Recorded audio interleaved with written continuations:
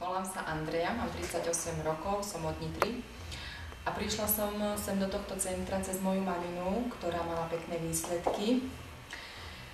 A priznám sa, že by som tiež negatívne reagovala, kebyže dostanem aj ja letáčik, tak jak moja mamina, lebo som bola nahnevaná sama na seba, nešťastný človek, nerozprávala som sa s ľuďmi. No a tak som prišla sem. A mala som zdravotné problémy také, že som mala vysoký cholesterol, brala som pol roka lieky, ktoré mi hrozili, že budem znovu brať, takže kvôli tomu to bol hlavný dôvod, čo sa mi teraz upravil ten cholesterol.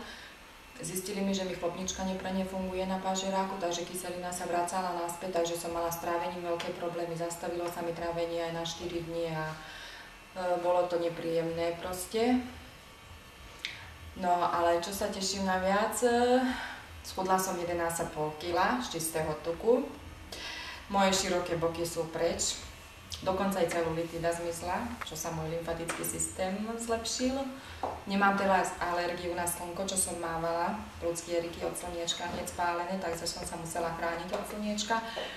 No a celkovo sa veľmi dobre cítim teraz. Hlavne som iný človek, potom jak som začala chodiť na tie kurzíky, tak, lebo som začala najprv na individuálku, no ale keď som začala chodiť na tie kurzíky, tak to bolo, ja som sa zmenila úplne od základov, tak jak moje telo, tak aj moje myslenie a všetko proste. Teraz rada chodím aj medzi ľudí, rozprávam sa s nimi, som šťastná.